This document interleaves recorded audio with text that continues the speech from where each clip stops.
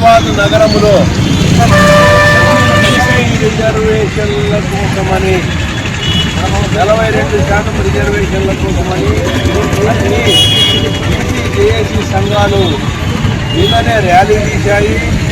ఈరోజు రాష్ట్ర బంధుకు పిలుపునిచ్చాయి.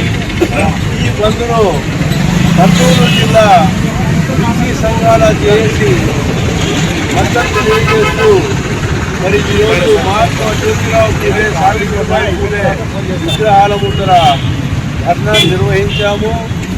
ఈ ధర్నాకు కర్నూలు విద్యార్థి సంఘాలు, యువజన సంఘాలు, మహిళా సంఘాలు, మరి ఇతర బీసీ సంఘాలు కూడా హాజరై తమ సంపూర్ణ మద్దతు తెలియజేశారు.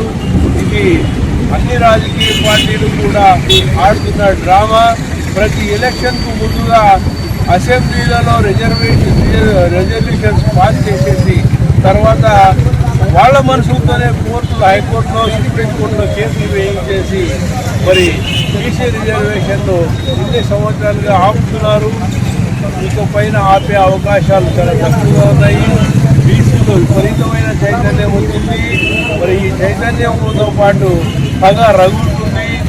ఎప్పుడు యుద్ధానికి సిద్ధమవుతారో తెలియదు.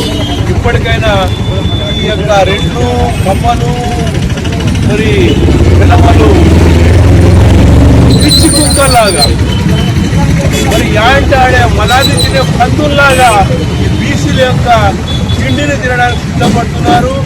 మరి ఇప్పటికైనా ఈ వైఖరి మానుకొని బీసీల హక్కులు బీసీలకి ఇవ్వడానికి మరి సౌహృదయంతో మరి కొంతమందిని అంటున్నాము పిచ్చుకులని, పందులని.